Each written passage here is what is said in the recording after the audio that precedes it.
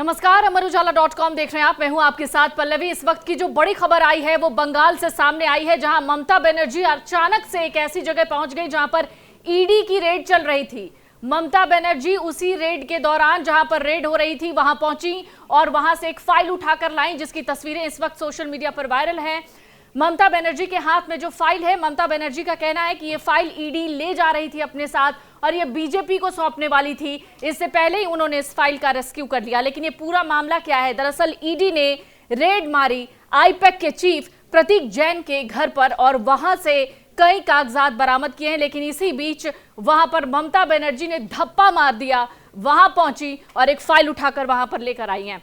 पूरा मामला क्या है, सहयोगी लोकेंद्र बताएंगे। बिल्कुल, देखिए चुनाव होने हैं इस साल वहां पर पल्लवी, और चुनाव से पहले सरगर्मी बहुत ज्यादा बढ़ी हुई है इस वक्त। और ममता बनर्जी जिस तरह की पॉलिटिक्स के लिए जानी जाती हैं, आज वही उन्होंने एक बार फिर से दिखाया है। ईडी की एक तरफ कार्रवाई हो रही होती है और ये टकराव कोई नया नहीं है यहाँ पर केंद्रीय एजेंसियों से, और वो सीधे खड़े होकर वहां पर एक भाषण दे देती है। वो वीडियो भी तेजी से वायरल हो रहा है कि ये फाइलें आप किसको सौंपने वाले थे, ये हमारी पार्टी जो है उससे जुड़ी हुई फाइलें हैं, किसको आप शेयर करना चाहते हैं, ये चुनावी साल है, आप किसका फायदा उठाना चाहते हैं। यहां पर ये समझना होगा कि जिस कंपनी यानी कि आईपैक का जिक्र हो रहा है, इसके करीबी संबंध है ममता बनर्जी की पार्टी से, और ये वही एजेंसी है जो चुनाव में ममता बनर्जी की पार्टी यानी कि तृणमूल कांग्रेस के लिए काम करती है। जाहिर तौर पर वहां पर कई महत्वपूर्ण दस्तावेज हो सकते हैं। और इस पूरे मामले में यह भी बता दें कि पुराना एक कोयला घोटाले का जो मामला है, ईडी का यह कहना है कि उसी को लेकर जो है यहां पर वो कार्रवाई करने गई थी। दूसरी तरफ अब इस पर राजनीति भी जो है तेज हो गई है। जैसे ममता बनर्जी वहां पर पहुंची, जाहिर तौर पर बीजेपी को सवाल उठाने थे। शुभेंदु अधिकारी का इसमें बयान सामने आया है और वो ये कह रहे हैं कि एक तरीके से जो सरकारी काम है यानी कि ईडी अपना काम कर रही थी वहां पर, उसमें हस्तक्षेप करने की कोशिश जो है ममता बनर्जी कर रही हैं। ऐसे में उन पर भी कार्रवाई होनी चाहिए, यानी कि टकराव जो है इस वक्त बढ़ता हुआ यहां पर दिखाई दे रहा है। প্রথমত রেট নিয়ে কোনো মন্তব্য করব না, ওটা ইডি বলতে পারবে কেন রেট করেছে, আমি আই এম নট অ্যাওয়ার। কিন্তু মুখ্যমন্ত্রী কেন্দ্রীয় সংস্থা, সাংবিধানিক সংস্থার কাজে এর আগেও হস্তক্ষেপ করেছেন। 2021 সালে তিনি নিজাম প্যালেসে ধর্ণা দিয়েছিলেন সিবিআই অফিসে। ফিরহাদ হাকিম, শোভন চট্টোপাধ্যায়, মদন মিত্র, সুব্রত মুখার্জিদের গ্রেপ্তারের বিরুদ্ধে। এবং মুখ্যমন্ত্রী এর আগে রাজীব কুমারের বাড়িতে যখন সারদা মামলা নিয়ে রেড হয় সিবিআইর, সেদিনও তিনি সিপিকে নিয়ে ধর্ণা দিয়েছিলেন কলকাতাতে, ধর্মতলাতে। স্বাভাবিকভাবে মুখ্যমন্ত্রীর এই ধরনের কাজ সাংবিধানিক প্রতিষ্ঠানের সরাসরি কাজে হস্তক্ষেপ এবং তদন্তে বাধা দান। এটা একজন মুখ্যমন্ত্রী, তিনি শুধু রাজনৈতিক নেতা নেত্রী নন, প্রশাসনিক কর্তৃক নিন্দা জানাই। এবং ইডি নিশ্চয়ই তার ক্ষমতা বলে তাদের মুখ্যমন্ত্রীর বিরুদ্ধেও ব্যবস্থা নেওয়া উচিত বলে আমার মনে হয়েছে। সেই ব্যবস্থা তারা আইনের মধ্যে থেকে নেবেন। बिल्कुल लोकेंद्र, जिस तरीके से शुभेंदु अधिकारी के बयान का जिक्र किया है, उन्होंने साफ तौर पर कहा है कि केंद्रीय एजेंसी के काम में इंटरफेरेंस की कोशिश की है ममता बनर्जी ने। और ममता बनर्जी को कौन सा अधिकार मिला कि जहां पर ईडी रेड मार रही थी वहां पर घुसकर जाती हैं और वहां से एक पन्ना उठाकर लाती हैं फाइल के रूप में, और उसके बाद वो मीडिया के सामने आकर कहती हैं कि बीजेपी ने टीएमसी के सारे फाइलों को जब्त करवा दिया है। किस फाइल का जिक्र ममता बनर्जी कर रही हैं? सबसे बड़ा सवाल, जिसका जवाब इस वक्त लोकेंद्र ने भी दिया कि ये पूरा का पूरा मामला कोयला घोटाले से जुड़ा हुआ है। आईपैक के जो चीफ हैं प्रतीक जैन ममता बनर्जी के लिए काम करते हैं। आईपैक ममता बनर्जी के लिए काम करती है और इसी दौरान जब ईडी की रेड पड़ती है तो ममता बनर्जी नाराज नजर आती हैं, मीडिया के सामने आती हैं और अपनी बात रखती है। लेकिन लोकेंद्र, एक जो सबसे बड़ा सवाल है, कोलकाता में चुनाव होने हैं, चुनाव से पहले वहां एसआईआर हुआ, एसआईआर के दौरान ममता बनर्जी लगातार बीजेपी पर इल्जाम लगाती नजर आई। उसके बाद अब ये पूरा जो घटनाक्रम है ईडी की रेड वाला, इन सब में एक पहलू जो समझने की जरूरत है वो ये है कि ये बंगाल में क्या हो रहा है, क्योंकि टीएमसी का आरोप है बीजेपी ये सब जानबूझकर कर रही है। लेकिन ये कोई पहली बात नहीं है पल्लवी, हमें ये समझना होगा कि जहां जहां विपक्ष की सरकारें रही हैं, हमने छत्तीसगढ़ में देखा है, वहां पर भूपेश बघेल का केंद्रीय एजेंसियों के साथ अक्सर जो है टकराव देखने को मिला। कई ने तो ये तक कर दिया कि अब वहां पर जो केंद्रीय एजेंसियां कार्रवाई नहीं कर सकती, इस तरह के नियम भी लेकर आई कई सरकारें। लेकिन एक सवाल सबके जहन में जो आपने भी जिक्र किया वो उठने लगा है कि अगर ये फाइल ईडी ले भी जा रही थी तो आखिर इसमें ऐसा क्या था जिससे ममता बनर्जी को डर हो सकता है?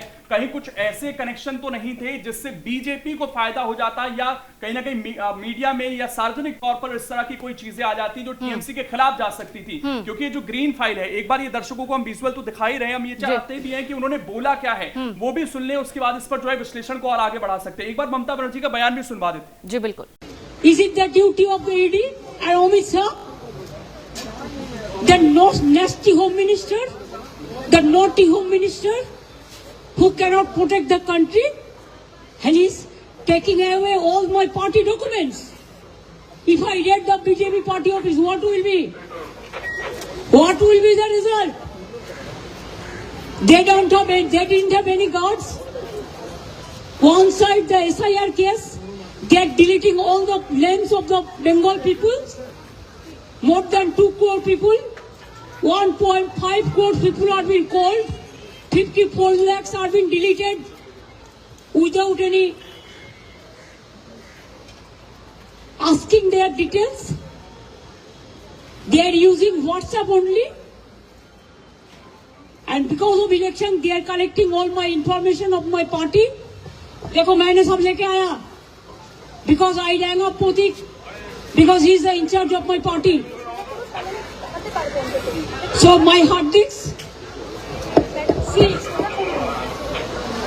phone, hard disk, all they are collecting, and they have already attacked my IT office also. In fact, sector 5 I am going there also. तो सुना आपने ममता बनर्जी को। ममता बनर्जी का साफ तौर पर कहना है कि ये सब कुछ बीजेपी के इशारे पर हो रहा है। दरअसल आपको इस वक्त ठंड महसूस हो रही होगी, पूरे देश में ठंड प्रचंड रूप ले चुकी है, लेकिन बंगाल में इस वक्त गर्मी हो गई है। बंगाल में सियासी गर्मी, जिसका अंदाजा आप लगा सकते हैं, जहां पर ममता बनर्जी मीडिया के सामने आती हैं, कहती हैं कि उन्होंने ईडी से एक फाइल का रेस्क्यू किया है और हाथ में रखी उस फाइल को दिखाती हैं, कहती हैं इसे बीजेपी जब्त करने वाली थी, ईडी बीजेपी को ये सौंपने वाली थी, उससे पहले ही उन्होंने इस फाइल को रेस्क्यू कर लिया। फिर से वही सवाल, इस ग्रीन कलर के फाइल फोल्डर में जो डॉक्यूमेंट्स हैं, जो कागज हैं, उन डॉक्यूमेंट्स में आखिरकार है क्या? चीज और बता दूं पल्लवी, यहाँ पर वो एक हार्ड ड्राइव की भी बात कर रही है, वो कुछ और डॉक्यूमेंट्स की वहां पर और कुछ डिजिटल साक्ष्य भी हैं,